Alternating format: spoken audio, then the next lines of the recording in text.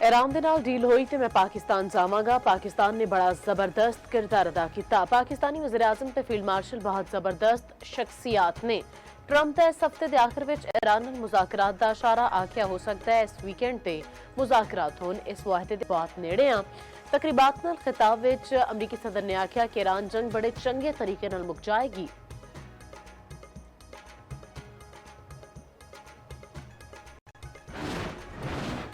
अमन mission ਲਈ वज़ीर-ए-आज़म ਦਾ 3 ਦੋਸਤ ਮੁਲਕਾਂ ਦਾ ਦੌਰਾ। सऊदी अरब कतर के बाद वज़ीर-ए-आज़म तुर्किया विच मौजूद। अफ्तालिया के गवर्नर ने हवाई अड्डे ते पुरतपाक इस्तकबाल किया।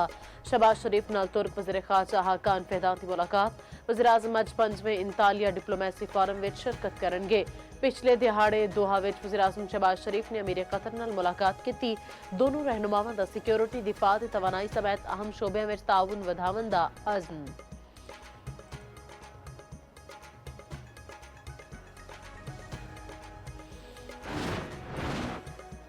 फील्ड मार्शल अमेरिका ईरान मुआहदे लई सरगर्म। फील्ड मार्शल सैयद आसिम मुनीर की तेहरान में ईरानी सदर नाल मुलाकात। मसूद नाल मुलाकात में नबाज सरागची ते मोहसिन नकवी भी मौजूद सन। इस तो पहले फील्ड मार्शल आसिम मुनीर दा पाकिस्तान इनकलाब दे खातमुल अंबिया सेंट्रल हैडक्वार्टर्स का दौरा। ईरानी मीडिया के मुताबिक फील्ड मार्शल आसिम मुनीर ने IGRC के कमांडर नाल मुलाकात की।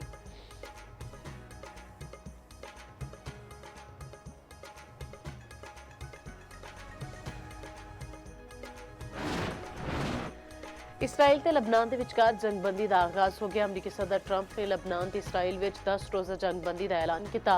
जंगबंदी का नफाज पाकिस्तानी वेले के मुताबिक रात 2 बजे तो हो चुका। ट्रंप का आखना है लबनानी ते इसराइली हुकाम की व्हाइट हाउस विच मुलाकात होएगी। लबनानी सीज़ फायर विच हिजबुल्ला भी शामिल होवेगी।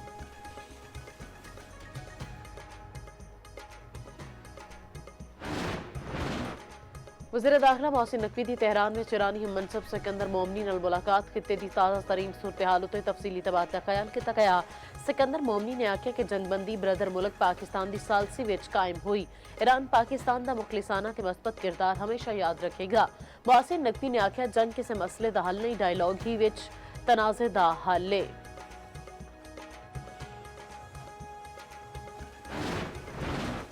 HPL PSL विच इस्लामाबाद यूनाइटेड ने कराची किंग्स नूं 8 विकेटां तो शिकस्त दे दी। पहले मैच में हैदराबाद किंग्स ने रावलपिंडी नूं 5 विकेटां तो शिकस्त दी।